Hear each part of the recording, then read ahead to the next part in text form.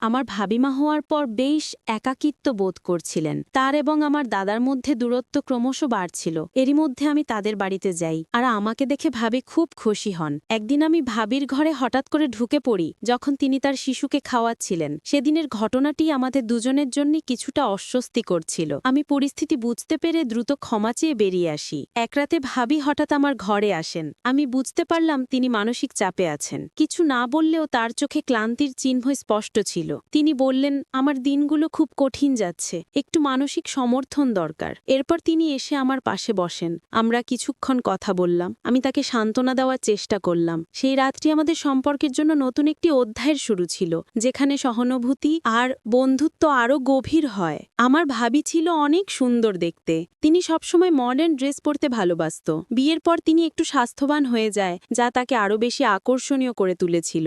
বন্ধুরা, আজকের গল্পটি অনেক বেশি স্পেশাল, তাই কেউ মিস করবেন না দয়া করে। গল্পগুলো ভালো লাগলে ভিডিওটি লাইক, শেয়ার এবং চ্যানেলটি সাবস্ক্রাইবই করো প্লিজ। আমি অনেকদিন পর আমার দাদার বাড়ি যাচ্ছিলাম। সেখানে যাওয়ার আগে জানতাম না যে দাদার স্ত্রী আমার সাথে এমনভাবে সম্পর্ক গড়ে তুলবেন যা আমাদের দুজনের জন্যই ভালো হবে। তাদের বিয়ের পর থেকে আমি আমার ভাবির সাথে খুব কমই দেখা করেছিলাম। মাঝে মাঝে দাদার ফোনে কথা হলেও ভাবির সাথে তেমন যোগাযোগ ছিল না। দাদার একটি ছেলে হয়েছে, এখন তার বয়স 6 মাস, কিন্তু আমি এখনো ছেলেটিকে দেখতে যেতে পারিনি। তাই কিছুদিনের জন্য সময় বের করে দাদার বাড়িতে যাওয়ার সিদ্ধান্ত নিলাম। বাড়িতে পৌঁছানোর পর প্রথমেই আমার ভাবির সাথে দেখা হলো। প্রথমে তাকে চিনতে পারিনি, কারণ তিনি এখন অনেকটাই পরিবর্তিত, বেশ মোটা হয়ে গেছেন। এরপর ধীরে ধীরে তাকে চিনে ফেললাম। আমি তাকে জড়িয়ে ধরলাম এবং তার বাচ্চাটির সাথে অনেক মজা করে খেললাম। সন্ধ্যায় যখন দাদা বাড়ি এলেন এবং আমাকে দেখলেন, তখন তিনি খুব খুশি হলেন। আমার দাদা রাহুল দা আমাদের পরিবারের বড় ভাইদের মধ্যে একজন ছিলেন। আমি ছিলাম পরিবারের সবচেয়ে ছোট চাচার ছেলে, আর রাহুল দা ছিলেন সবচেয়ে বড় চাচার ছেলে।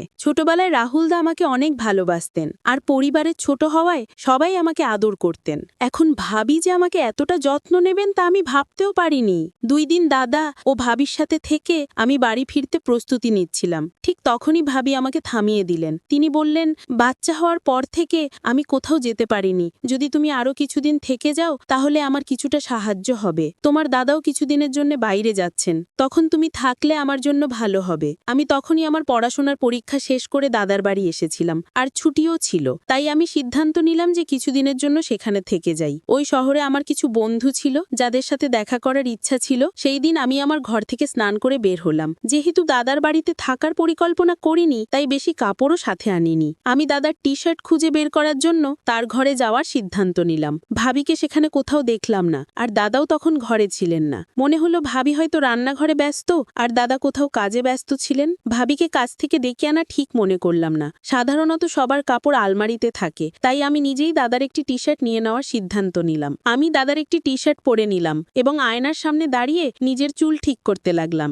কিছুক্ষণ পর হঠাৎ পেছন থেকে একজন আমাকে জড়িয়ে ধরলেন। ভাবি হয়তো ভুল করে আমাকে দাদা মনে করে আলিঙ্গন করলেন। আমি দ্রুত তার হাত থেকে নিজেকে ছাড়ানোর চেষ্টা করলাম, কিন্তু তিনি তখনও আমাকে ছাড়তে চাইলেন না এবং আরও শক্ত করে জড়িয়ে ধরলেন। ঠিক তখনই দাদা ঘরে ঢুকলেন এবং ভাবিকে আমাকে জড়িয়ে ধরতে দেখে তার চোখ বিস্ময়ে বড় হয়ে গেল। দাদাকে দেখে ভাবি হঠাৎ পেছনে সরে গেলেন এবং বললেন, তুমি যখন দরজায় দাঁড়িয়ে আছো তবে তিনি কে? আমি তখন ঘুরে দাঁড়ালাম, আর ভাবি আমাকে দেখে হতবম্ব হয়ে বললেন, তুমি তো রাহুলের টি-শার্ট পরে আছো, তাই চিনতে পারিনি। দাদা এবং আমি দুজনেই এই ঘটনাটি মেনে নিলাম, কারণ আমরা বুঝতে পেরেছিলাম এটি নিশ্চয়ই একটি ভুল বোঝাবুঝি ছিল। এরপর দাদা আর কিছু না বলে ঘর থেকে বেরিয়ে গেলেন, আর আমিও সেখান থেকে সরে এলাম। আমি ঘর থেকে বেরিয়ে যাওয়ার সময় ভাবি আমার দিকে তাকিয়ে মৃদু হাসলেন। ভাবি কি বোঝাতে চাইছিলেন তা তখনও বুঝতে পারলাম না। দুপুর থেকেই দাদা বাইরে যাওয়ার প্রস্তুতি নিচ্ছিলেন, কারণ রাতে তার ফ্লাইট ছিল।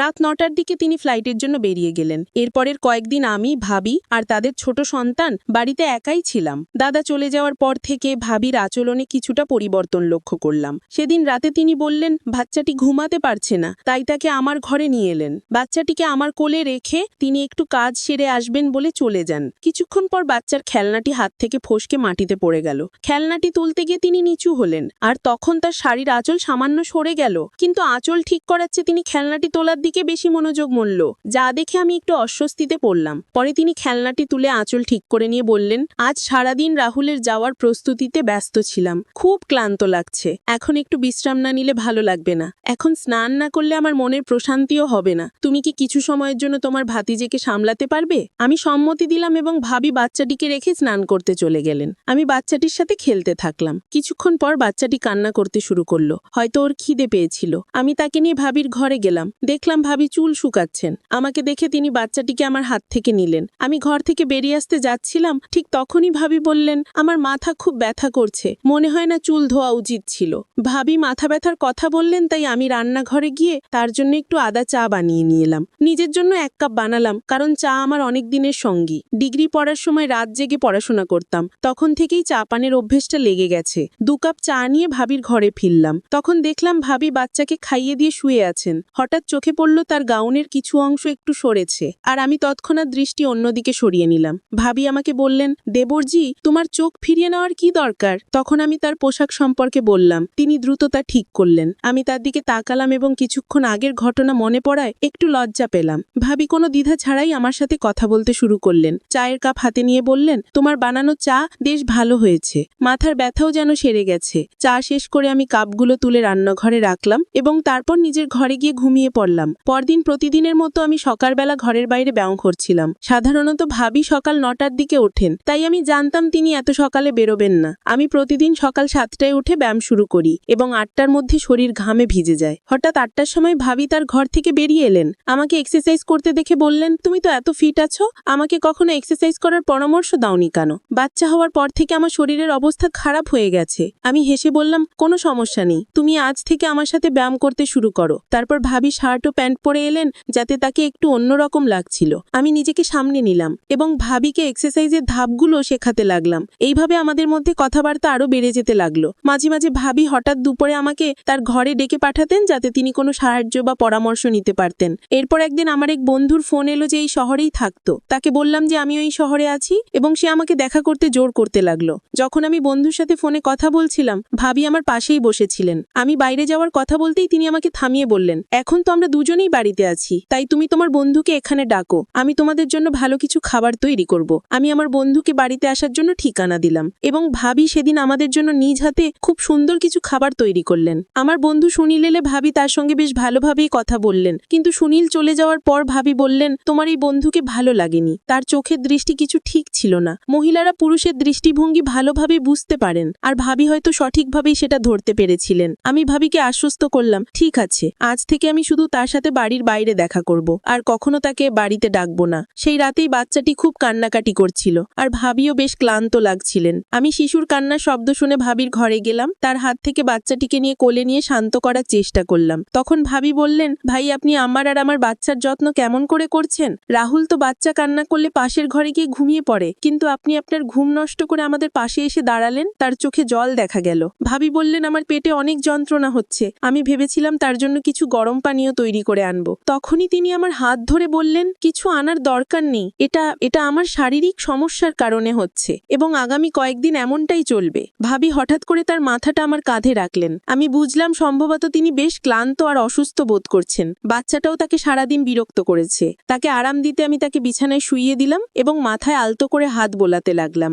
কয়েকদিন পর ভাবির শরীর আগের তুলনায় বেশ সুস্থ মনে হলো। ভাবি আমার ঘরে এলেন। আজ যেন তাকে দেখতে আরো সুন্দর লাগছিল। তিনি কালো রঙের একটি শাড়ি পরেছিলেন। ভাবি বললেন, ভাই, এই কয়েকদিনে আপনি আমার খুব যত্ন নিয়েছেন। বিয়ের পর থেকে রাহুল কখনোই আমার এতটা খেয়াল করেনি, অন্তত আমি মনে করতে পারছি না। আপনার মতো একজন স্বামী পেলে হয়তো আমার জীবনটা আরো সুন্দর হতো, কিন্তু কি করব, আমার ভাগ্যই খারাপ। আমি ভাবলাম অনেক মহিলাই তাদের স্বামী সম্পর্কে অভিযোগ করেন, হয়তো ভাবিও তেমন কিছু বলছেন। কিন্তু কিছুক্ষণ পর তিনি আরো কাছে এসে বললেন, ভাই, আপনার কাছ থেকে একটা বড় সাহায্য চাই। তিনি বললেন, গত কয়েকদিনে আপনার কাছ থেকে যে সমর্থন পেয়েছি সেটা কোনোদিন ভুলবো না। ভাবি এত সহজভাবে কথাগুলো বললেন যে আমি কিছুটা বিস্মিত হলাম। আমি জিজ্ঞাসা করলাম, ভাবি, আপনি ঠিক আছেন তো? এসব বলার মানে কি? আমি বিষয়টিকে গভীরে নিতে চাইছিলাম না, তাই আলাপ অন্যদিকে ঘোরানোর চেষ্টা করছিলাম। তখন হঠাৎ করে ভাবি কেঁদে উঠলেন, বললেন, আজ পর্যন্ত আমি অনেক কষ্ট মনে ধরে রেখেছি, আজ আপনার সামনে সবকিছু খুলে বলতে ইচ্ছে করছে। ভাবি বললেন, তোমার ভাই অনেকদিন ধরে অসুস্থ, আর তার প্রভাব আমাদের ছেলেও সহ্য করছে। জন্ম থেকেই আমার সন্তান দুর্বল। তোমার ভাইদের অসুস্থতার কারণেই এমনটা হয়েছে। যদি গাছের শিকড় দুর্বল হয়, তাহলে ডালপালা কি শক্তিশালী হতে পারে? আমি অবাক হয়ে বললাম, ভাবি, তুমি এসব কি বলছো? তোমার কথাগুলোর মানে পুরোপুরি বুঝতে পারছি না। ঠিক তখনই ভাবি আমার দিকে ফিরে আবেগপ্রবণ হয়ে বললেন, ভাই, আমাকে বিশ্বাস করো, আমি মিথ্যে বলছি না। এরপর তিনি তার ঘরে গিয়ে আমার ভাইয়ের কিছু মেডিকেল রিপোর্ট নিয়ে এলেন। বললেন, তোমার ভাইয়ের অসুস্থতা সম্পর্কে তুমি জানোই, আমার সন্তান সন্তানও খুব অল্প বয়সে নানা সমস্যায় ভুগছে, আর আমি নিশ্চিত নই সে কতদিন সুস্থ থাকবে। এখন আমাদের কাছে খুব বেশি সময় নেই, তাছাড়া তোমার ভাই তো বাড়িতেও নেই। ভাবি আমাকে গভীরভাবে দেখলেন এবং বললেন, তুমি তো বুঝতে পারছো এই পরিস্থিতিতে একজন মায়ের কত কিছু চিন্তা করতে হয়। তিনি সাহায্যের অনুরোধ করলেন, আরও বললেন, আমার এমন এক স্বামী